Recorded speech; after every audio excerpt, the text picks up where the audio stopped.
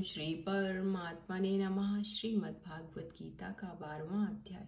इस प्रकार भगवान के वचनों को सुनकर अर्जुन बोले, हे मनमोहन, जो अनन्य प्रेमी भक्तजन इस पूर्वोक्त प्रकार से निरंतर आपके भजन ध्यान में लगे हुए आप सगुण रूप परमेश्वर को अति श्रेष्ठ भाव से उपासते हैं और जो अविनाशी सच्चिदानंद घन निराकार को ही उपासते हैं, उन दोनों प्रकार के भक्तों में अति उत्तम योगवेत्ता कौन है?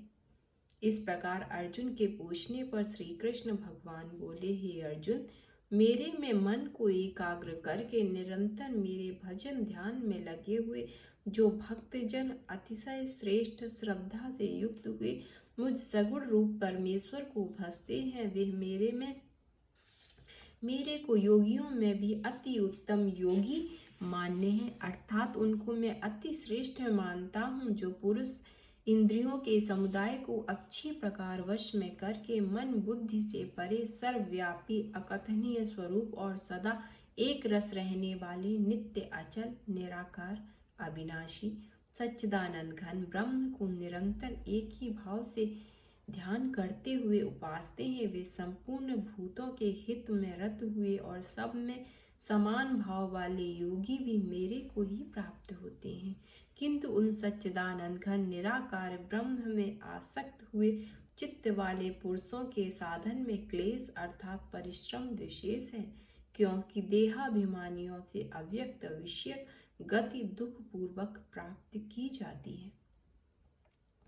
अर्थात जब तक शरीर में अभिमान रहता है तब तक शुद्ध सच्चिदानंद घन निराकार ब्रह्म में स्थिति होनी कठिन है। और जो मेरे परायण हुए भक्तजन संपूर्ण कर्मों को मेरे में अर्पण करके मुझ सगुण रूप परमेश्वर को ही तैल धारा के सदृश अनन्य ध्यान योग से निरंतर चिंतन करते हुए भजते हैं, हे अर्जुन, उन मेरे में चित्त को लगाने वाले प्रेमी भक्तों का मैं शीघ्र ही मृत्यु रूप संसार समुद्र से उद्धार करने वाला होता हूँ। इसलिए हे अर्जुन, तू मेरे में मन को लगा, मेरे में ही बुद्धि को लगा। इसके उपरांत तू मेरे में ही निवास करेगा, अर्थात मेरे को ही प्राप्त होगा, इससे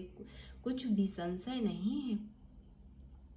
यदि तू मन को मेरे में अचल स्थापन करने के लिए समर्थ नहीं है तो हे अर्जुन, अभ्यास रूप योग के द्वारा मेरे को प्राप्त होने के लिए इच्छा कर। यदि तू ऊपर कहे हुए अभ्यास में भी असमर्थ है तो केवल मेरे लिए कर्म करने के ही परायण हो। इस प्रकार मेरे अर्थ कर्मों को करता हुआ भी मेरी प्राप्ति रूप सिद्धि को ही प्राप्त होगा, और यदि इसको भी करने के लिए असमर्थ है तो जीते हुए मन वाला और मेरी प्राप्ति रूप योग के शरण हुआ सब कर्मों के फल का मेरे लिए त्याग कर। क्योंकि मर्म को न जानकर किए हुए अभ्यास से परोक्ष ज्ञान श्रेष्ठ है और परोक्ष ज्ञान से मुझ परमेश्वर के स्वरूप का ध्यान श्रेष्ठ है, तथा ध्यान से भी सब कर्मों के फल का मेरे लिए त्याग करना श्रेष्ठ है, और त्याग से तत्काल ही परम शांति होती है।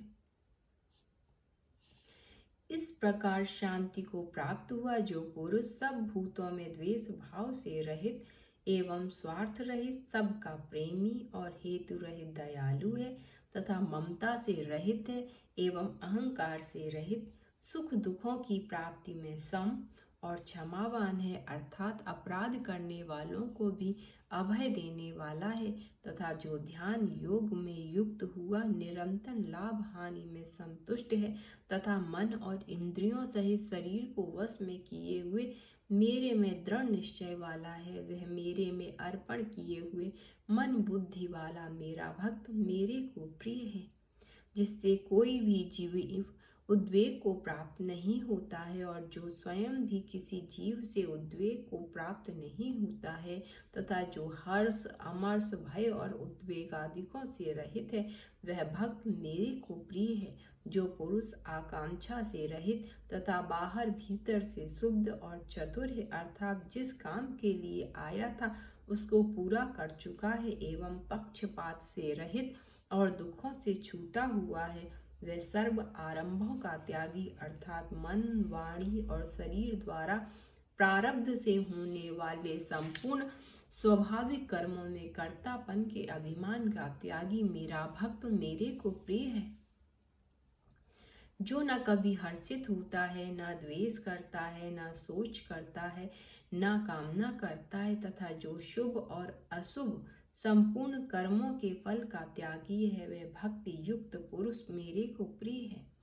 जो पुरुष शत्रु मित्र में और मान अपमान में सम है, तथा सर्दी गर्मी और सुख दुखादिक द्वंद्वों में सम है, और सब संसार में आसक्ति से रहित है, तथा जो निंदा स्तुति को समान समझने वाला और मननशील है, अर्थात ईश्वर के स्वरूप का निरंतर मनन करने वाला है, एवं जिस किस प्रकार से भी शरीर का निर्वाह होने में सदा ही संतुष्ट है और रहने के स्थान में ममता से रहित है, वह स्थिर बुद्धि वाला भक्तिमान पुरुष मेरे को प्रिय है। और जो मेरे परायण हुए अर्थात मेरे को परम आश्रय और परम गति एवं सबका आत्मरूप और सबसे परे है,